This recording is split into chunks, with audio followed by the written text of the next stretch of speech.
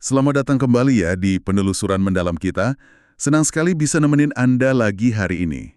Iya, halo semuanya. Hari ini kita mau coba ngobrolin dan pahamin generasi Z di Indonesia.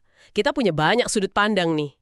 Oh iya, dari mana aja tuh? Ada dari ahli kesehatan jiwa, Dr. Elvin Gunawan, terus ada juga dari praktisi HR, Mas Eza dan Mbak Istri ya, kita sebut aja gitu. Ada juga dari komika Rispo, sama gamer dan content creator Kopex. Nggak ketinggalan suara langsung dari mahasiswa Gen Z-nya sendiri. Lengkap lah pokoknya. Wah, menarik banget tuh. Tujuannya berarti biar kita semua, Anda juga yang dengerin, bisa dapat gambaran utuh gitu ya soal Gen Z ini. Soal tantangan mereka, pandangan soal kerja, sampai gimana sih peran keluarga dan lingkungan. Oke deh, mari kita mulai kupas satu-satu. Sip. Kita mulai dari yang lagi sering banget dibahas kali ya, soal kesehatan mental. Nah, Dr. Elvin Gunawan ini bilang, kesadaran soal mental health di Gen Z itu emang lagi naik. Tapi, ada tapinya nih. Tapinya gimana tuh? Ada sisi lain gitu? Iya, ada fenomena self-diagnose yang lumayan marak. Jadi, yaitu mereka coba diagnosis diri sendiri tanpa ke profesional. Terus, anxiety atau kecemasan itu juga kayaknya umum banget. Sama FOMO, tahu kan? Fear of missing out. Takut ketinggalan zaman lah gampangnya. Oh iya, iya. Yang suka muncul gara-gara lihat sosmed terus ya? Nah, itu dia. Dan menurut Dr. Elvin, yang seringkali jadi akar masalah tapi kurang disadari itu soal regulasi emosi. Gimana cara mereka ngelola emosi, itu tantangan besarnya. Regulasi emosi ya? Ini penting nih.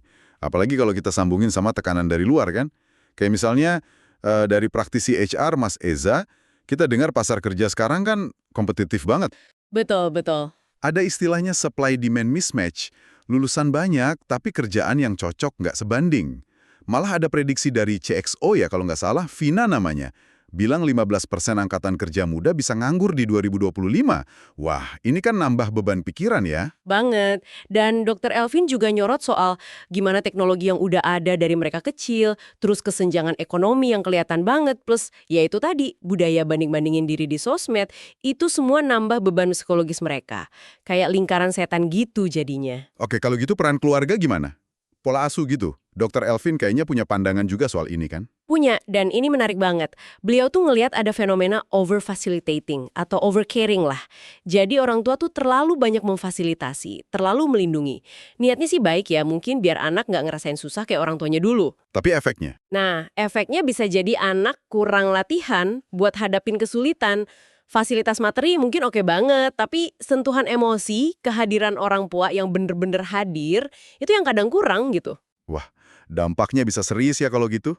Sampai ada yang bilang empatinya mati atau muncul istilah kayak strawberry generation yang gampang penyok gitu ya. Iya, bisa jadi. Makanya penting banget orang tua itu hadir secara emosional, bukan cuma kasih materi, tapi ya dengerin, luangin waktu. Kayak makan malam bareng aja tuh udah bagus banget katanya. Ada kutipan bagus dari Dr. Elvin, izinin anak untuk merasakan gagal. Gagal itu proses belajar, bukan akhir dunia. Bener juga ya, biar mereka lebih tangguh gitu ya. Tapi menariknya, dari suara mahasiswa Gen Z sendiri, katanya motivasi dari keluarga itu masih kuat loh. Nah, itu dia kompleksnya. Pengaruh keluarga itu tetap gede, meski bentuknya mungkin beda-beda ya. Oke, oke. Nah, semua tekanan, pola asuh ini, pasti ujung-ujungnya ngaruh ke cara Gen Z lihat dunia kerja dong ya. Di sini nih kayaknya banyak pergeseran seru nih dari sumber-sumber kita. Kelihatan banget pergeserannya. Mas Eza dan Mbak Istri dari HR itu konfirmasi banyak banget Gen Z yang kerjanya nggak nyambung sama jurusannya. Ini cocok sama pengakuan mahasiswanya juga. Oh iya. Iya, terus muncul profesi-profesi baru yang dulu mungkin nggak kepikiran. Kayak jadi content creator atau gamer profesional. Ini kan diceritain juga sama Rispo dan Kopex. Makanya jalur karir yang aman kayak PNS itu mulai dipertanyakan juga sama sebagian dari mereka. Nah, ini nyambung ke soal passion nih. Selalu jadi debat kusir kan? Harus banget kerja sesuai passion? Gimana pandangan dari praktisi HR? Nah ini Mas Eza sama Mbak Istri punya pandangan yang cukup pragmatis ya. Mereka bilang passion itu bisa dibangun kok seiring jalan. Nggak harus jadi syarat mati di awal. Realistis sama kebutuhan finansial juga penting. Iya juga sih. Ada kutipan dari mahasiswa yang bilang, yang penting gue bisa makan dulu deh. Jadi ya wajar aja kalau kerja belum sesuai passion. Yang penting prioritas hidup kayak kebutuhan dasar terpenuhi dulu. Proses nemuin cocoknya itu yang penting. Oke, kok dari Gen Z-nya sendiri nih, pas mau masuk kerja ekspektasinya apa aja sih biasanya? Kan kita dengar juga dari mahasiswa. Ekspektasinya sih cukup jelas ya. Pengennya gaji yang oke, terus work-life balance itu penting banget buat mereka. Sama lingkungan kerja yang asik, suportif, bisa kolaborasi, enjoy lah pokoknya. Ada sih yang masih mikirin gengsi kerja di perusahaan gede. Tapi banyak juga yang lebih fleksibel sekarang. Komunikasi antar generasi. Iya, beliau nyinggung soal gap cara pandang, terutama mungkin antara boomers sama Gen Z, mulai dari gaya komunikasi yang beda, ekspektasi ke atasan, sampai soal hierarki. Saran Dr. Elvin buat Gen Z sih praktis ya. Apa tuh sarannya? Misalnya biasain bawa catatan kalau meeting, jangan malu nanya kalau nggak ngerti, terus jangan gampang ngejudge atasan toksik gitu aja tanpa lihat konteksnya. Intinya sih, ini juga ditekankan sama Mas Eza, Mbak Istri, sama Rispo. Attitude, sikap itu penting banget. Oke, attitude ya. Jadi dengan semua kompleksitas ini, gimana caranya Gen Z bisa nemuin jalannya? Apa nih kunci suksesnya kalau kita rangkum dari semua sumber? Elvin. Terus apa lagi? Keempat, bangun rekam jejak atau persona yang bagus. Ini dari Rispo. Kelima, cari pembeda. Ada kutipan menarik dari Rispo, katanya sedikit lebih beda, lebih baik daripada sedikit lebih baik. Jadi unik itu penting. Oh, jadi nemuin keunikan diri gitu ya? Terus proses nyarinya gimana? Kan nggak gampang juga. Nah, masa-masa eksplorasi pas masih muda, kayak pas kuliah, ikut organisasi, magang, itu penting banget buat nemuin apa yang cocok. Ini saran dari Mbak Istri sama Mas Eza. Proses ini ya termasuk siap buat gagal juga, kayak kata Dr. Elvin tadi, itu bagian dari belajar. Oke. Ada tips praktis lagi nggak buat mereka yang lagi cari kerja?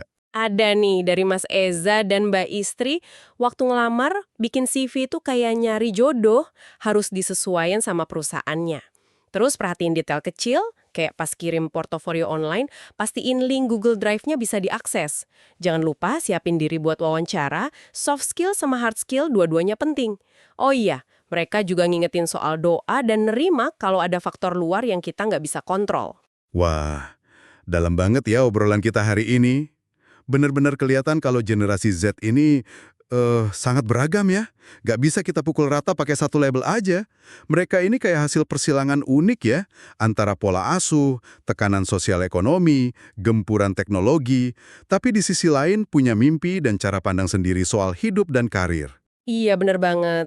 Pesan kuncinya mungkin gini ya buat kita semua, mau memahami generasi manapun termasuk Gen Z, ya kuncinya mau dengerin aktif, empati, dan mau belajar dari dua sisi.